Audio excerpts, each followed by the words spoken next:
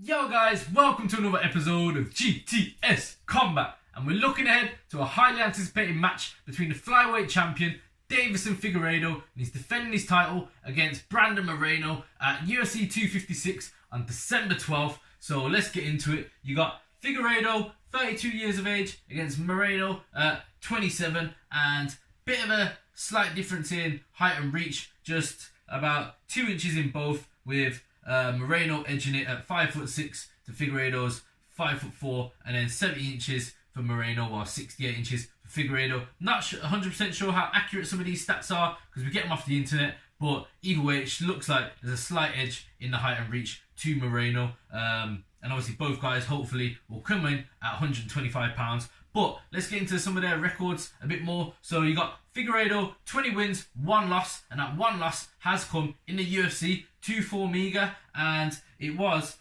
in 2019. It was a 3-round decision, and since then he's actually gone on quite a tear. His next fight was a decision win against Alexander Pantoja, but then since then he's finished every single one of his opponents. He finished Tim Elliott via round 1 submission, and then Joseph Benavidez with that knockout in round 2, and then he also submitted Benavidez in the rematch in round 1, and then Alex Perez in his last showing in round 1 via submission also. And 3 of them last fights, so the 2 against Benavidez and Alex Perez, have all come in 2020, so he's had quite a year so far, and he's already booked for a 4th 5-round main event against Brandon Moreno to finish off his year in 2020. So quite a showing from Figueiredo this year. Potential, well, he probably is a candidate for Fighter of the Year. Potential winner, I should say, if he can finish the year with quite, a good finish against Brandon Moreno, whether that be, a submission or a knockout. If he can have a good performance against Moreno and get some sort of highlight finish, he could be right up there in the running for that Fighter of the Year.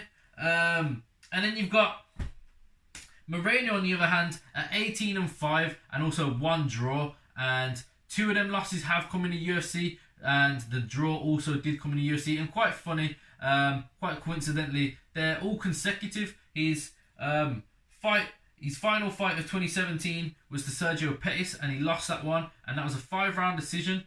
He actually did headline a fight night card against Sergio Pettis, so he's got the experience going 5 rounds, which will be quite useful for him going into this fight. At least he's done, and he knows he can go 5 rounds and go the distance. And then his next fight was against Alexander Pantoja, and it was his only fight of 2018, and he lost that one also. And then his next fight, his first fight of 2019, he drew against Askar Askarov. So, and Askar Askarov always been around the top of the game, top of the division, so at least it was a decent name, and he didn't fall completely short that time out. And since then, he's put a bit of a run of form together, and he's gained a bit of momentum, and that's what's earned him this title shot. He then beat Kai Kara France in a pretty clinical performance. He didn't get the finish, but quite a quite good performance from Brandon Moreno. Quite just a dominating performance.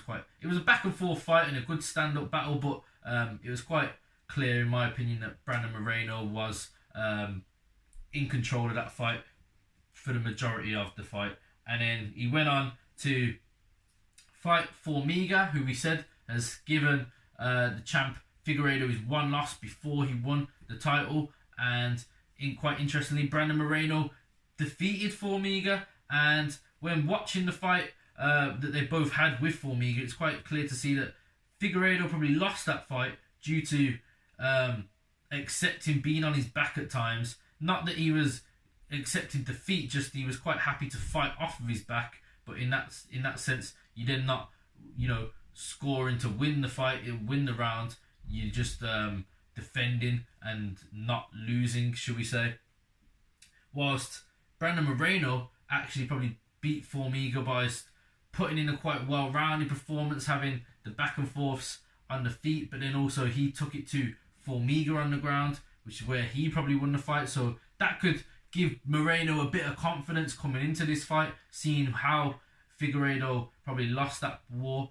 and how he has managed to beat Formiga, I'm sure will give him some confidence going into it. But I'm sure he won't get carried away with himself, because he knows every fight's different and styles make fights, and that he's still got a complete killer going to be standing in front of him across the octagon on December 12th.